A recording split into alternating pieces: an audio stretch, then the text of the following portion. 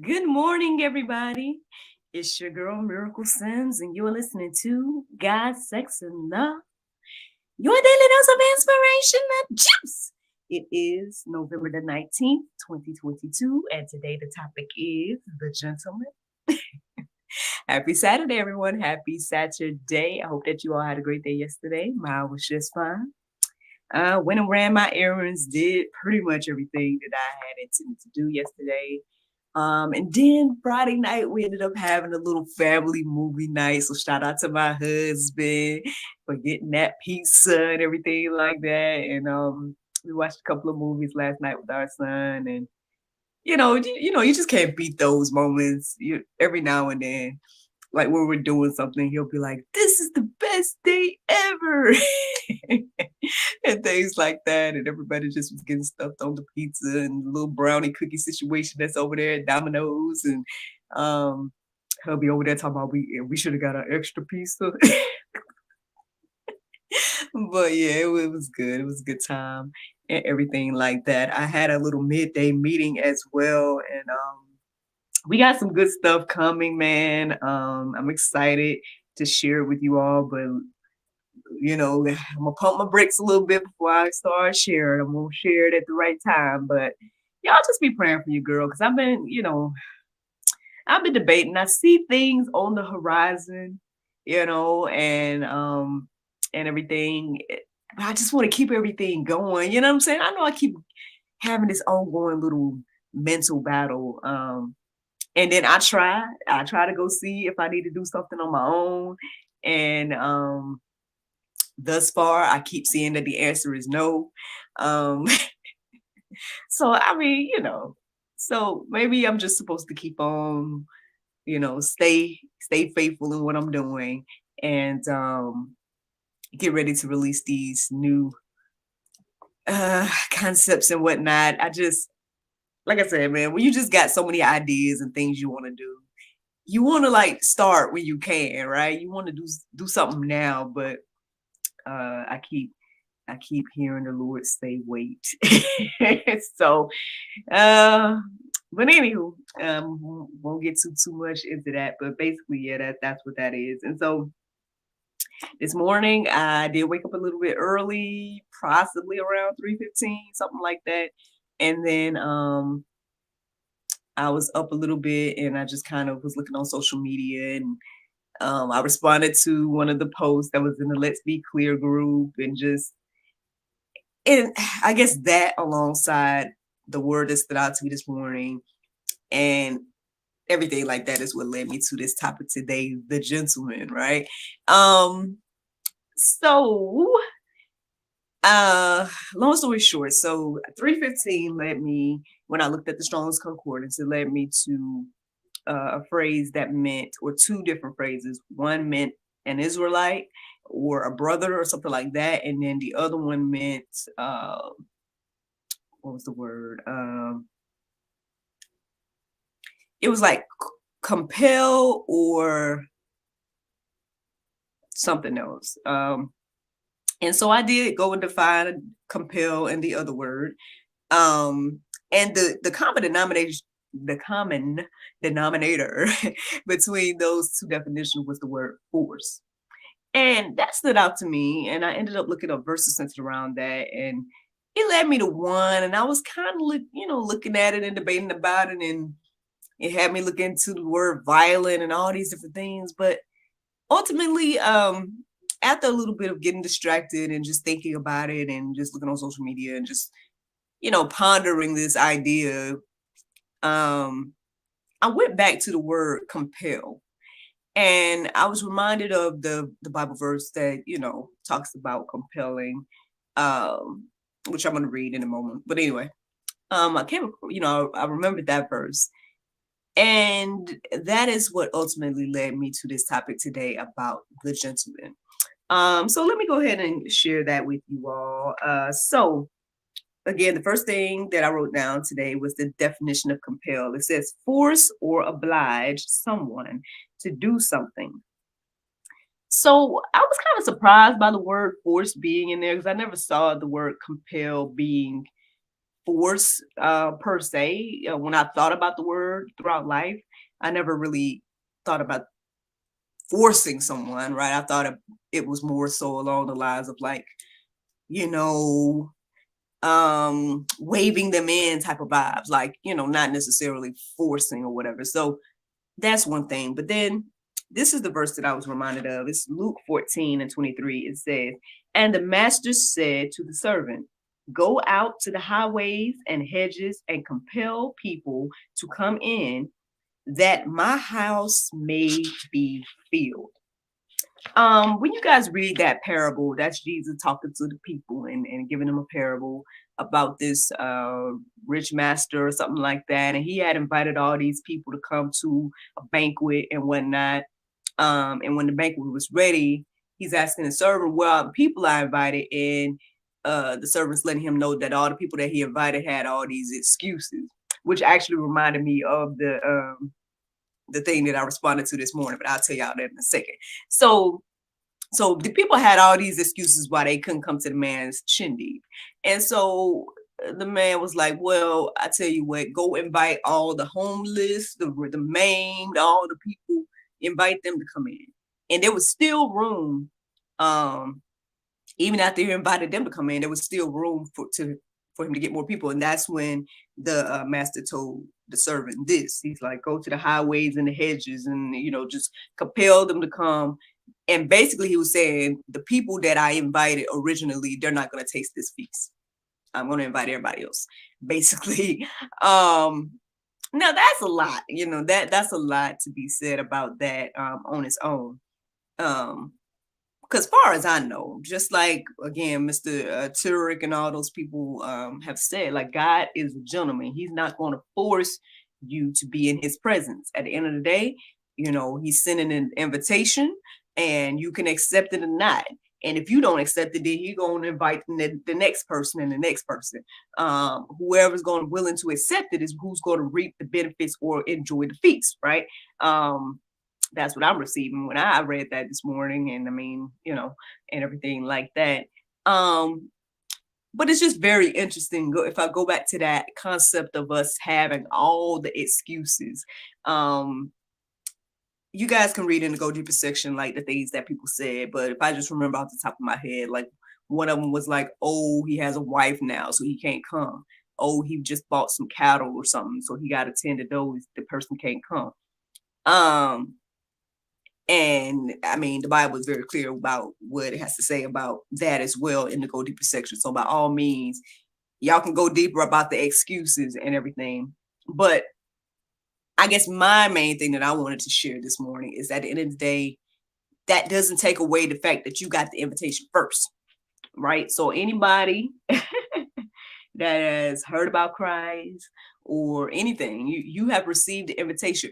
Oh Lord, the ongoing debates about who the real Israelites is and all of that, fine, you know what I mean? Claim to be the real Jews, the real Israelites. But guess what? You got the invitation first, regardless if it's that group or this group. If it's you got the invitation. Now, what are you doing with the invitation? Are you accepting it? Are you walking in the call? Are you answering the call? Are you doing the will of God? If not, then you know better than these people that the man invited to the party, they didn't come. And then so you can't get mad, right, that God has extended the invitation to the Gentiles, whoever you feel like the Gentiles are. If you don't feel like it's you, because you the real people, X, Y, Z, then the invitation has been extended to the Gentiles as well. So therefore, there's no respected of persons in that regard. So really all of that's really done. I mean, it's not necessarily about being the quote unquote chosen people anymore. It's about who's going to answer the call, who's going to receive the invitation. Y'all can go deeper with that on your own, but that's what I'm receiving today. And I didn't even think about that prior to this, so I feel like the Lord just wanted me to share that part with y'all. At the end of the day, yeah, it's not even about who the chosen nation is anymore. It's about who is going to accept and do the will of God. So yeah, hate to hurt your feelings. That might be Pope. You might not like that, but I mean that's where we're at this point, as far as I see. So anywho, Revelation 22:17. It says, the Spirit and the bride say, come. And let the one who hears say, come. And let the one who is thirsty come. Let the one who desires take the water of life without price. That means you ain't even got to pay for this gift. Again, it's readily available to those who want to come and receive it. And then when you come and receive it, you offer it to somebody else. That's what I'm receiving here. I mean, now people can correct me if I'm wrong, but what I'm understanding is you come, and then it says, let the one who hears say come. So, I hear the call, I've answered the call, and now I'm calling out to the whoever else is ready to hear and receive it.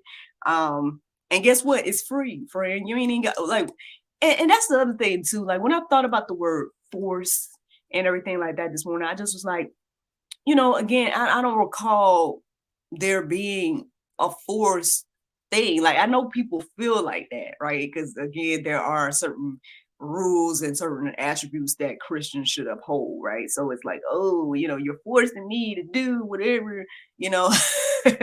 Well, we feel like that, right? As humans, we don't like the fact that there's a God and there's these limitations on life, because we're like, oh, we feel like we should be able to do what we want to do, X, Y, and Z. And you can. You can do whatever you want to do. There's nothing stopping you from doing whatever you want to do, but that doesn't mean that everything you want to do is right. And that's the thing that we got to remember, and again, we can see that all around us. Again, we don't like to think about this because then we're like, oh, you're trying to compare it to the worst things, what I want to do don't have anything to do with that.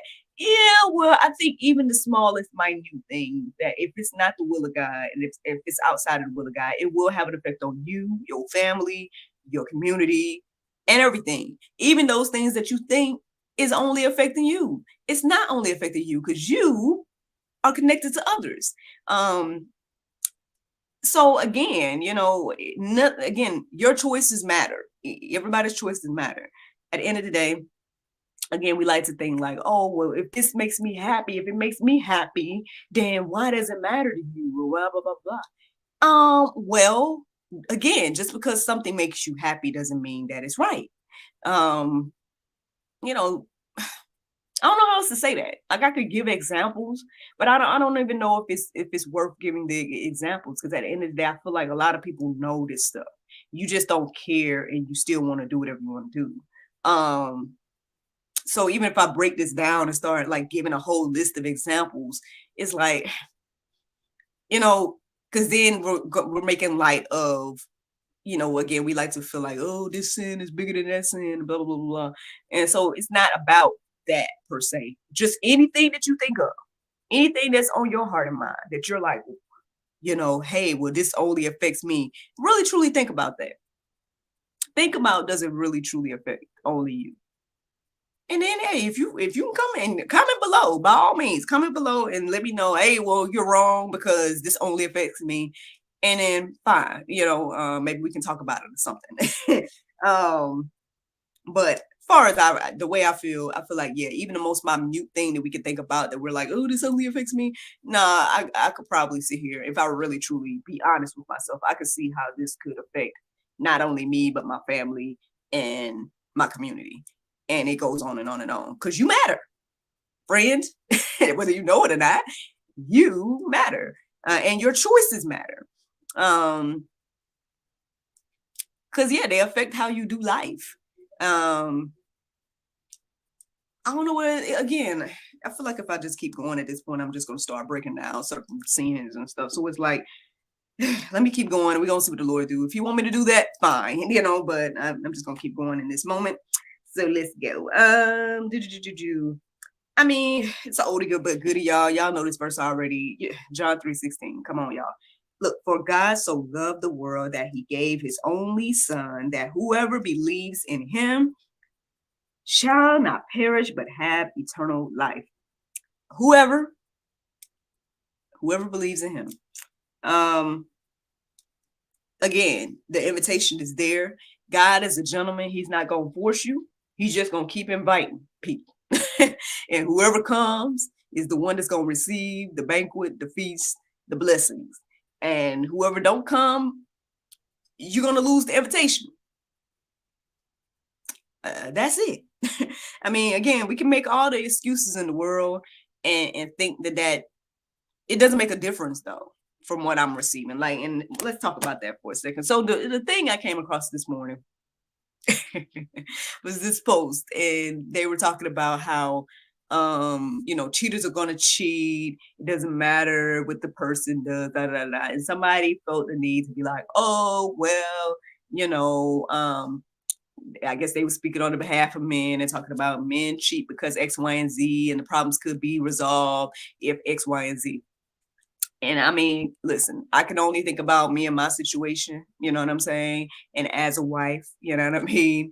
I could have all the excuses to break my covenant, right? But at the end of the day, if I do that, then that's on me. That's not on my partner, my husband. Now, yeah, could he do X, Y, and Z? Yeah. But the choice to cheat would be on me if I was to do that. You see what I'm saying?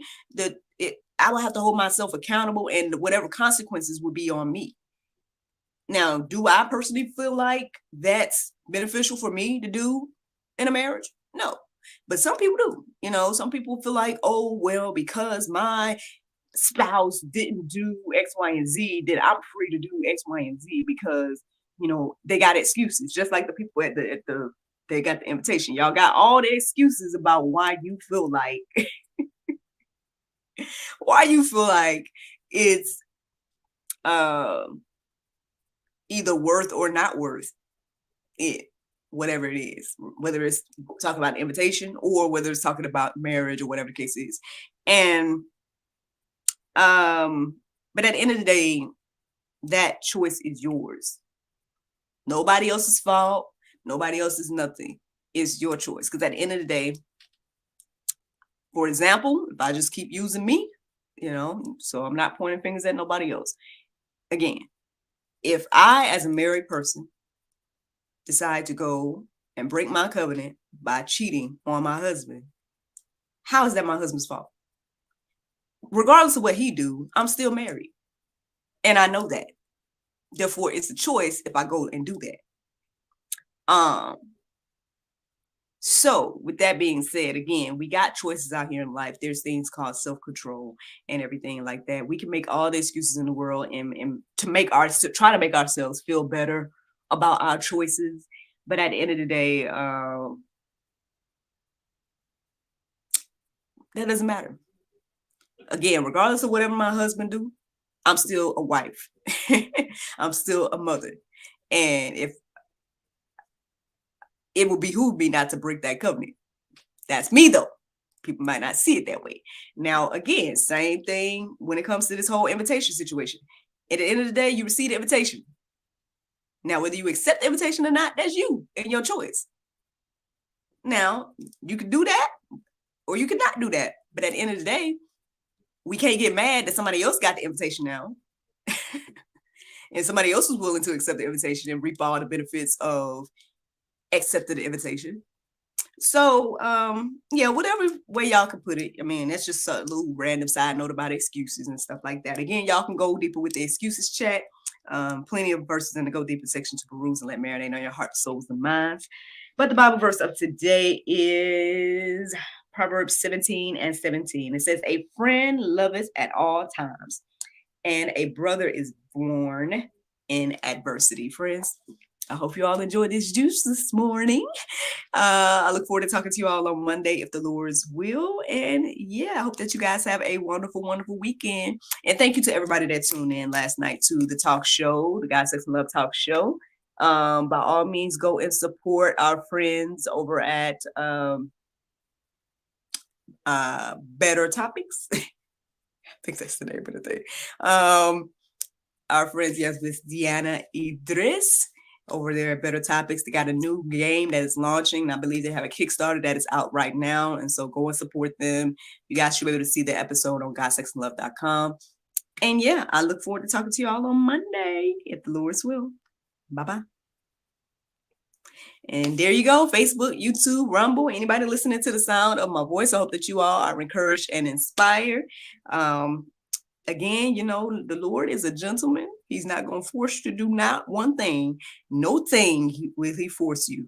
And so, instead of making excuses, accept the invitation and then ask and invite others and invite others. But all right, y'all have a great weekend.